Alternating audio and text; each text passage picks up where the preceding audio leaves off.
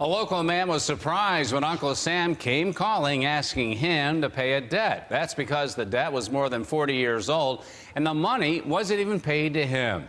Call for Action's Al Waters took up the case. I think it's just absurd, crazy.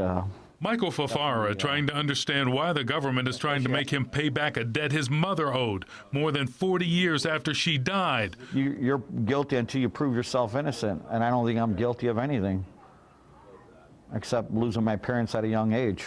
Michael was a teenager when his father died and his mother was granted Social Security survivor benefits. A couple of years later, Michael's mom died, and the survivor benefits went to him for about a year until he turned 18 and joined the Navy.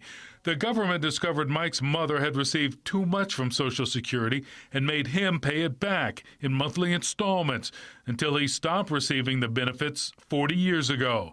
And they say Mike still owes more than $1,300.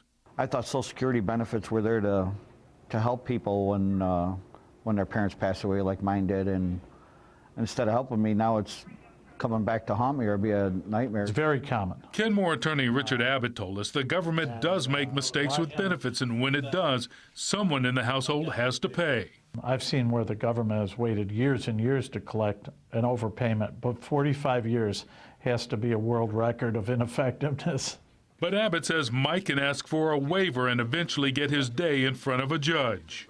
It's a pain, but as long as you follow the procedures, you'll have your day in court and you can get it fixed.